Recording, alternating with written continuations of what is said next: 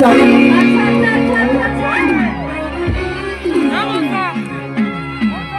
আরে প্রেমের কারাগারে আমি বন্দি থাকতে চাই। তা বলবো একটু আমার দাদা ভাইরা মনে দিয়ে শুনুন। গাছের পাতা এমনিতে নড়ে না, হাওয়াতেই নড়ে। আর ছেলেরা খারাপ হয় না, মেয়েরাই করে।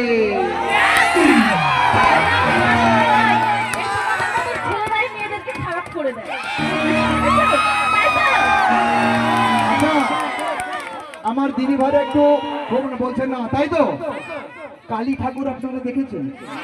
হ্যাঁ, 3 ইঞ্চি পোশাক পরে যদি কালী যদি স্বামীর বুকে নাচতে পারে, মেয়েরা কেন পারবে না? তাই তো? ভালোবাসা আজ বন্দি করায়, গুমরে গুমরে কাঁদি।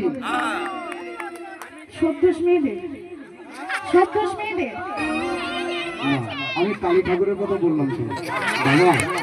তুমি একেবারে আমার দেবী, ঠিক আছে? শুধু একটু আমি কঙ্কাল কমিটির প্রেসিডেন্ট, গায়ে পায়ে একটু মাংস আছে, আমার তো নেই।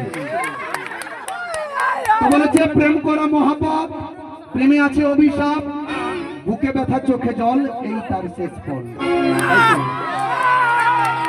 ভালোবাসা আজ বন্দি কারাই, গুমরে গুমরে কাঁদে। এই যে বলছি দিদি ভাই, আরে জীবন নদীর ব্যাকুল বেলায় করুণ রাগিনী বাজে। ফুল না ফুটিতে হাসি না মেলাতে সকলে ঝরিয়া যায়। ভাষাহীন বেদনায় মৃত্যু আমাকে করিল কি গ্রাস, নিয়তির কি নির্মাণ করে হয়।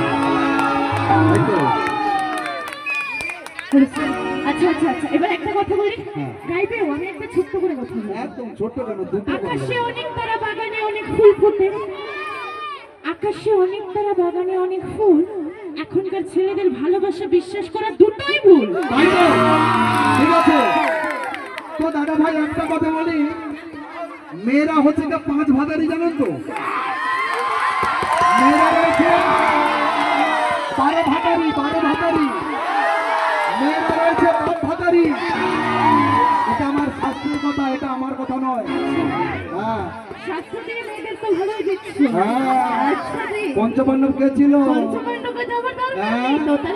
একজন নারীকে টানাহি না। আয় বেরিয়ে আয়, বেরিয়ে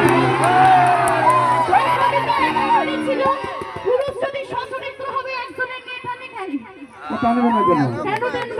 শোনো তো, বলবো মেয়েদের লোভনীয় জায়গা কোথায় জানো?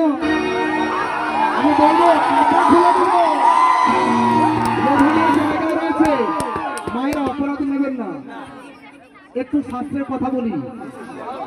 আপনারা সমুদ্র মন্থন আগে, আমরা যারা বয়স করেছে, সমুদ্র মন্থন হয়েছিল তো?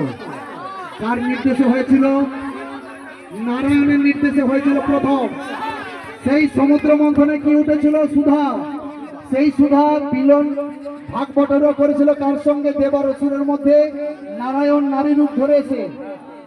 আর শেষ পর্যন্ত যেটুকু ভাণ্ডতে ওই অমৃত ছিল, মেয়েরাই মুখমণ্ডল থেকে উরু, পিঠ থেকে একেবারে পাদদেশ পর্যন্ত নেমেছিল। সেই কারণে মেয়েদের এই সব জায়গায় লোভনীয় জায়গা।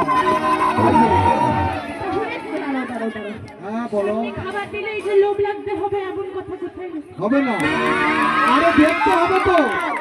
তুমি যদি 2 চোখ করে তাকাও, খুব সুন্দর।